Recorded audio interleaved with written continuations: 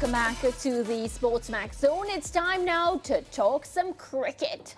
A new champion will be crowned in the Cricket West Indies CG United Women's Super 50 Cup, with Barbados and Trinidad and Tobago to contest Friday's final at Warner Park in St Kitts and Nevis. Trinidad and Tobago entered Wednesday's final round of preliminary matches atop the 6-team standings, a position that proved vital after the match with the second-place Guyana was abandoned due to rain. Barbados, who started the day in third, had the only completed match of the round and made full use with a 9-wicket win over the Leeward Islands to jump to the top of the table on 35 points. Well, here now is a look at the final preliminary standings. Of course, Barbados women having played 5 matches at the top of the table on 35 points. Trinidad and Tobago women, 5 matches, 3 wins, just 1 loss on 32 points. The Guyanese women, of course, a total of 28 points in third position. Windward Islands round out the top 4 on 19 points. Jamaica women just 1 point away from the Windward Islands, and the Leeward Islands at the bottom of the table on 14. Well, now to look ahead to Friday's final, we have called on the expertise of Shakera Salmon, tournament commentator who played 196 internationals for West Indies, including 100 ODIs, and has won this title in the past with Barbados. Shakera, welcome to the SportsMax Zone. How are you doing? All right, thank you. I'm great. I'm looking forward to the game tomorrow. Yeah, really excited, you know, Shakera. And when you look at the 2 teams that have made the final, would you say, based on the competition, that the bright 2 teams or the most competitive teams made it into the final, or based on what you saw, they expected a different final? Well, at the start of the competition, I'm sure everyone expected to at least be in the final. We're all praised at the team that has put on so far and impressed. You would say these to be in the final. Barbados, after losing terribly last year, they've done really well to performance this year. And you do think maybe both teams deserve to be in the final? Yeah, for sure. And Shakera, when we look at how both teams got to this point, how impressed are you with the players of both teams? Because, you know, a lot of youngsters in both of the teams as well. And then, you know, the senior players stepping up. But is there any player in particular that would have stood out for you in both of the teams? It really was down to a mix of experience and youth.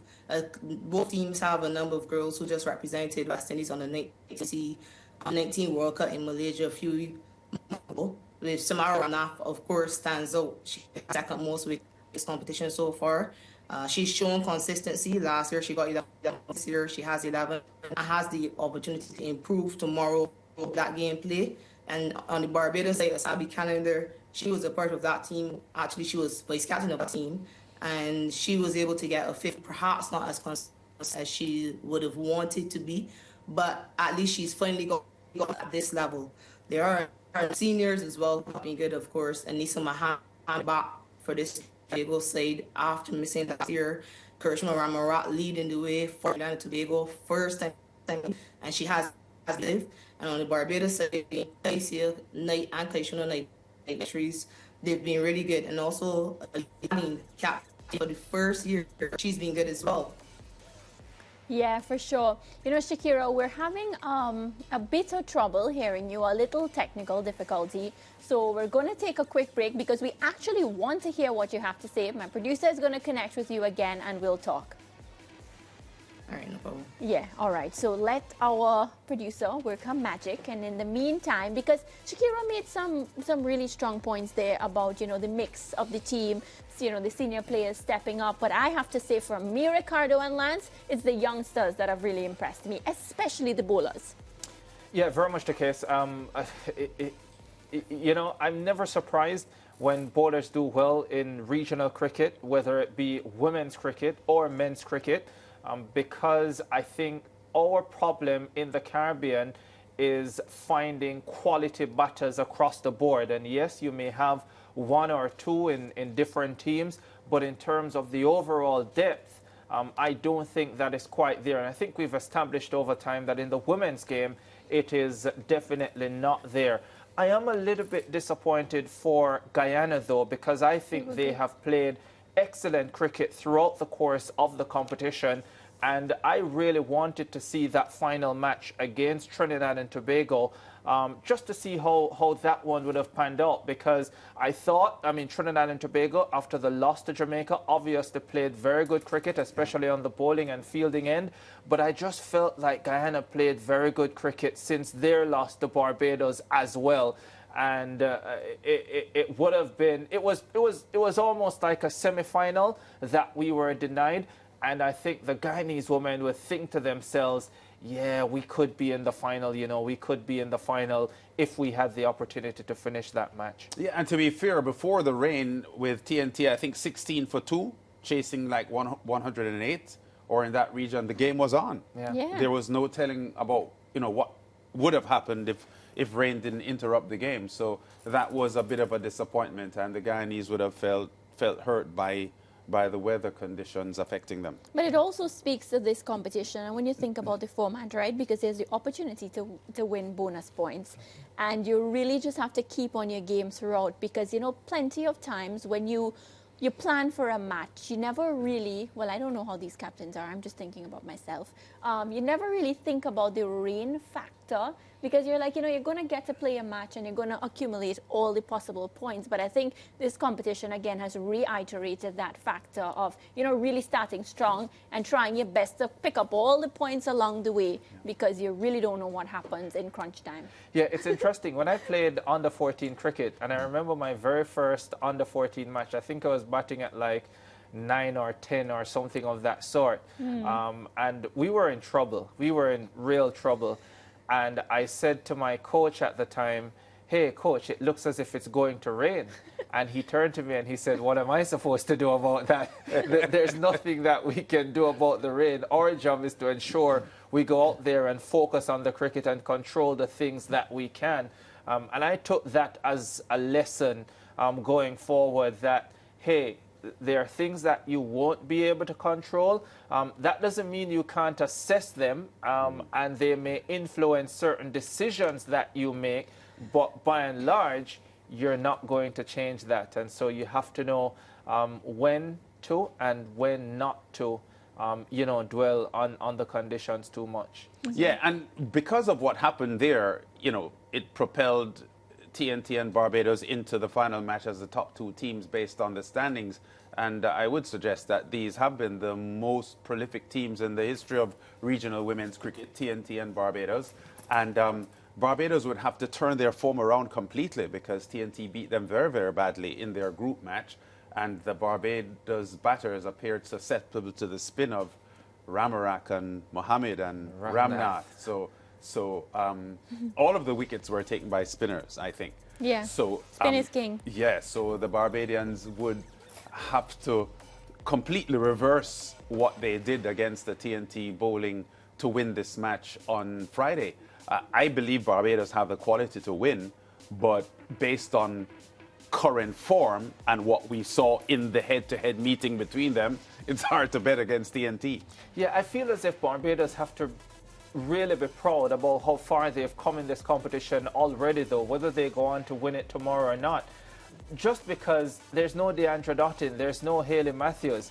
These are 2 players when in the Barbados setup, you almost expect them to win all the time because of the quality they possess. And to be without your best 2 players, both on the batting and the bowling end, and still being able to get to the championship match, still being able to top the standings after the preliminary round, I feel is an achievement in and of itself. And yes, we know they have other quality players like the Knight sisters, who I think have been very good this tournament. Really Calendar as well has been good, and their bowling has been pretty good as well. The leg spinner who has taken 13 wickets, impressed with her throughout the tournament. So I think they can be really proud of what they've achieved so far. So can I put both of you on the spot and ask you to call a winner?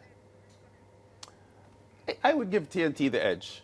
I would give TNT the edge, because I think the Barbados batting, even psychologically, having, you know, just 4 days ago, you know, had, exhibited real difficulties in trying to conquer the TNT spinning. I would give TNT the edge. What about you? Yeah, where was that group match played? Can you remember, Lance?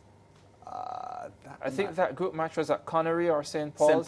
St. Paul's. St. Paul's, yeah. Yeah, I'm going Barbados at Warner Park. Oh, you think the conditions will play out? Yeah, I think the conditions at Warner Park much better for batting, and I feel the big hitters in the Barbados setup will find more love on this surface than they did at St. Paul's or they would at Connery, where, as I said last week, I feel as if those surfaces have been much better for the bowlers. But I think at Warner Park it might be a slightly different proposition. And yeah, I'm going to stick my head out there. Is it your head or your neck? Neck. Yeah, I'm going to stick my neck out there. Well, I guess you're going with your head on your neck.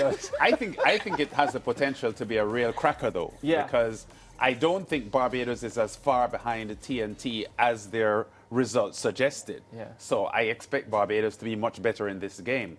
What I'm impressed about, part of what I'm impressed about with the TNT team is the resuscitated Anisa Mohammed. She's Did you found see like the catch? a new lease on life. We just had the catch there in some of the highlights in that Leewards match. Yeah. That was an absolute stunner. And it was the second good catch that she took in the match. In the match, yeah. It was the better of the two catches, but both catches were pretty solid. And Anisa turns the ball a lot. And I just think TNT are on a high at the moment. And one of the things I'll say, because I have concerns, like serious concerns about the Trinidad and Tobago batting, I just believe that if Barbados can get a good score, 170, 180, 190, then that could potentially bat Trinidad and Tobago out of the game, because I'm not as confident with the Trinidad and Tobago batting as I am with the Barbados batting. I think a lot of TNT's success has been down to the fact that they have quality bowling and they have been able to consistently dismiss teams for under 100. Yeah, well, Ricardo, you're not saying anything different from what I'm saying, because I'm agreeing with you. Okay. If Barbados batting can conquer the TNT bowling tomorrow, then I think they'll win. So it's just really, that there's a huge doubt that they will. Yeah, so it's really... I think they have a better chance at Warner Park, which is why I'm picking them. Well, that's a reasonable point, but right. the Barbados batters will have to do a lot better. You know, Ramarak is the most steady bowler in West Indies cricket.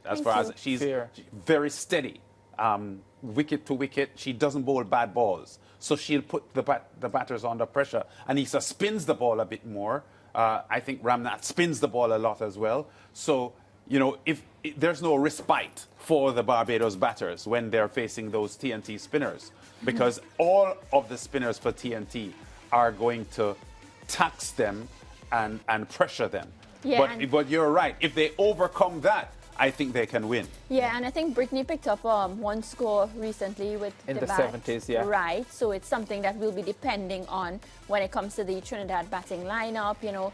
There are other players that, you know, probably got a 30 and whatnot, so they're going to have to come trumps. And I know both camps are very close-knitted, you know, they realize that this is a big deal for them. Trinidad and Tobago will know that they haven't won this competition in quite some time. Barbados will know they're without their two stars, but they really want to bring it home. So I think it's there are different storylines coming to the forefront, exciting storylines. What time the match starts tomorrow? Because Who are you picking, by the way? 10. Because you didn't She said we. She was talking about Trinidad and Tobago, and she said we. So I don't think we have to ask her, or do we? Okay. No, he just wanted me to say it. Like, to please his mind and heart, he just wanted to hear me say, I will be rallying behind the skipper, Karishma Ramharak, tomorrow. What time is it tomorrow? 10, local time. So 9 in Jamaica. So that means we're busy tomorrow at 10.